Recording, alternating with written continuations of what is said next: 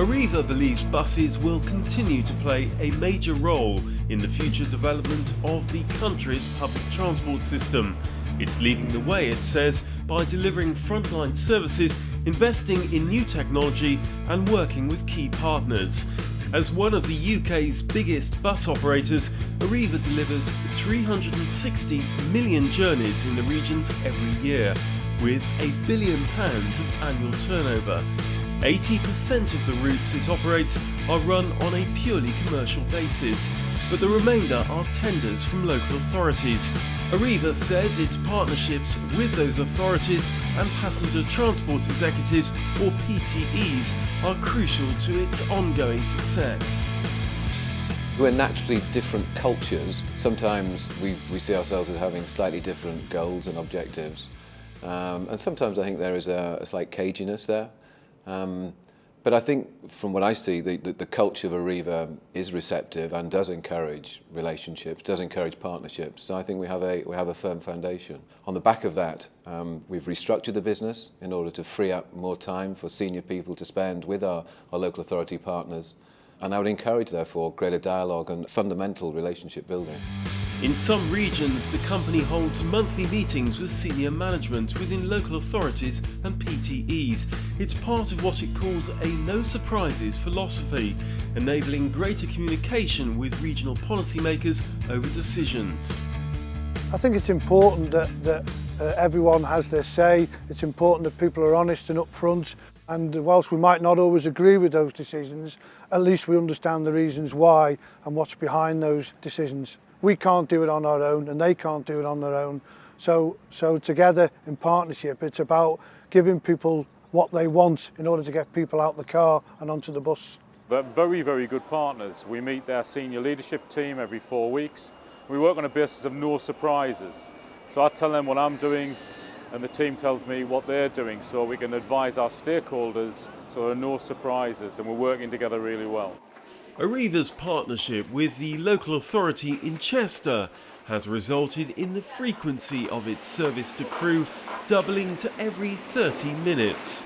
New buses have been introduced here, with the council providing infrastructure to support the initiative. The key things for me in this relationship with Arriva are the openness, the trust and understanding of each other's business that plays a major part in driving this forward.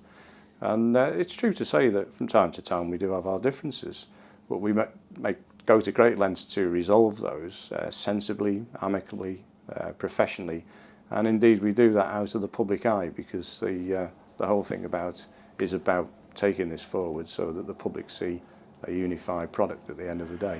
The company not only attributes its success to its relationship with those outside of its organisation, but those within it, the commitment of its 19,000 staff. Arriva is an excellent company to work for. It's a company which is going forward. It cares a lot about its employees. It's had to face the challenge of an industry with something of an image problem, declining numbers of customers and an ageing fleet of vehicles.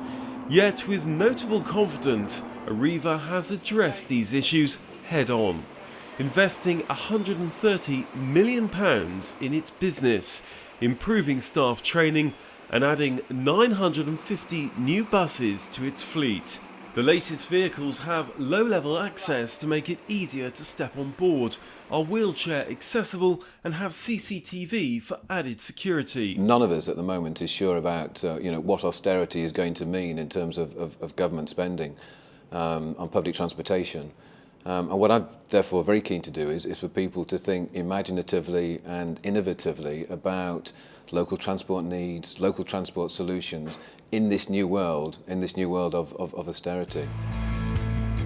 Passengers are, the company says, increasingly aware that bus travel reduces traffic congestion, and aware of its own environmental responsibilities, Arriva's latest buses meet Euro 5 emissions standards.